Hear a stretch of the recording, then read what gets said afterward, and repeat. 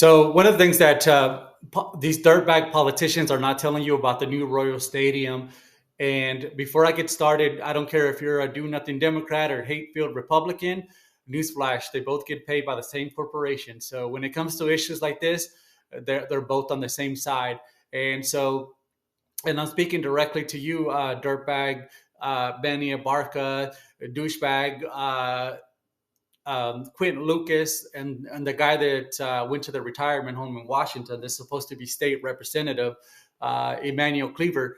Um, you know, they they both are going around saying the same thing, the same playbook that all owners use. And when I say all owners of franchises of sports teams, I'm talking about billionaire owners of franchises of teams, right? You're talking about a Royals organization that's worth $1.2 billion and asking for the money and asking for people to pay for their ballpark, right? So now there's been 130 studies that have been done uh, about this exact thing and about the economic impact that it supposedly has on cities. And 80% of economists agree that there's no economic impact, little to no economic impact. As a matter of fact, taxpayers end up paying a lot more than what than their initial investment. So, as a matter of fact, one of the projects that's being one of the comparisons that we're having right now, and I actually give kudos to Frank White, executive of Kansas City.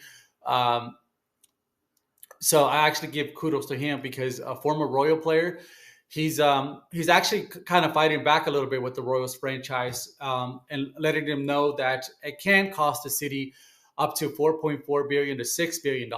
And so now um, the reason that he's fighting back because of this is that because this isn't the first time that there's a similar deal that's been put on the table by another team. This happened with the Florida Marlins, where initially they said that the stadium would cost anywhere from 500 to 600 million dollars, and the reality is that it was both, because you're not only building a stadium, you're also building infrastructure around. You're building bars, entertainment, parking. So it ended up being north of 630 million. But according to the Bleacher Report, the Marlins ballpark is actually going to be eventually cost about $2.4 billion, and this is all on the public. Now, I'm going to read a little bit here about the Bleacher Report. Such things happen when the public is tasked with picking up 70% of the cost of the new stadium, particularly during hard economic times.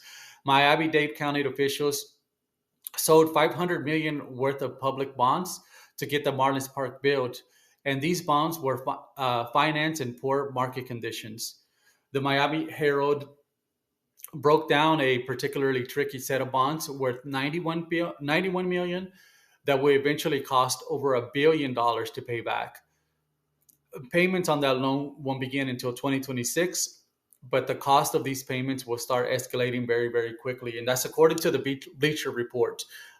This is just the reason I'm bringing this one up is because this is what Frank White is arguing with the city, with the Royals organization, that because of the way that we're structuring this deal with selling Kansas bonds and the interest rates on that alone are going to skyrocket into the billions.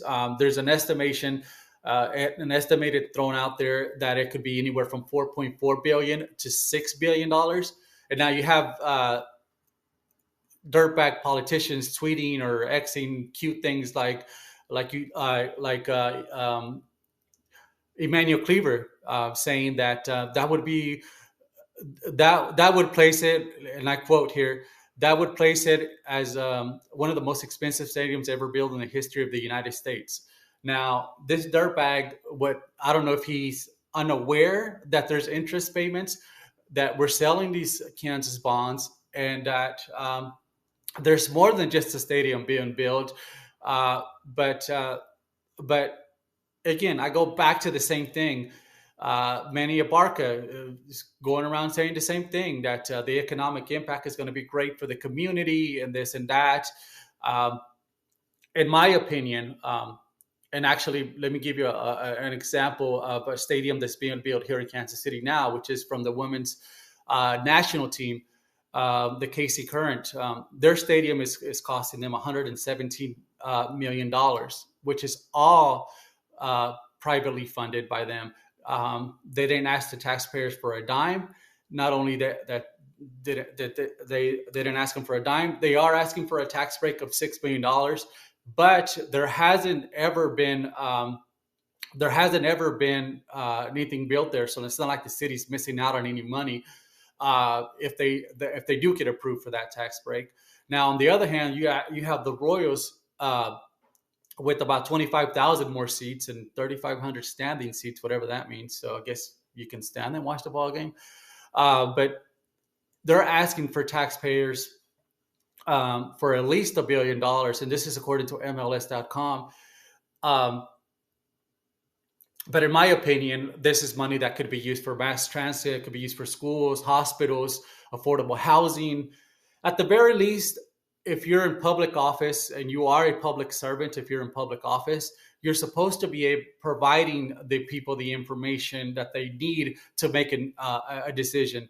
Me personally, I'm voting no on the issue, and even though it probably benefits me, I'm right down the street from the Royal Stadium if they decide to build down here, and it'll be convenient. I could afford it, and I could afford the taxes. I could afford the increase in property taxes, which is more than likely going to happen as well, to be able to contribute to what the Royals are asking for. And so, in my opinion, if the Royals, there was an argument thrown out there by them saying that they could go to the Legends. And in my opinion, if the Kansas side of Kansas City wants to pay for these taxes and they want to go over in Legends where there's going to be parking and there's going to be a major highway that runs through there, I-70, hey, in my opinion, go for it. But be my guest and pay for it. It'll be a 30-minute drive for me to go watch the game. And I'm perfectly fine with that. My taxes aren't going up and we're not responsible for all this. And so, like I said, in conclusion, it's the voters' decision to make, and not the politicians and not the Royals organization. And so the facts need to be laid out there, and that's the reality of what's going on with the whole Royals organization.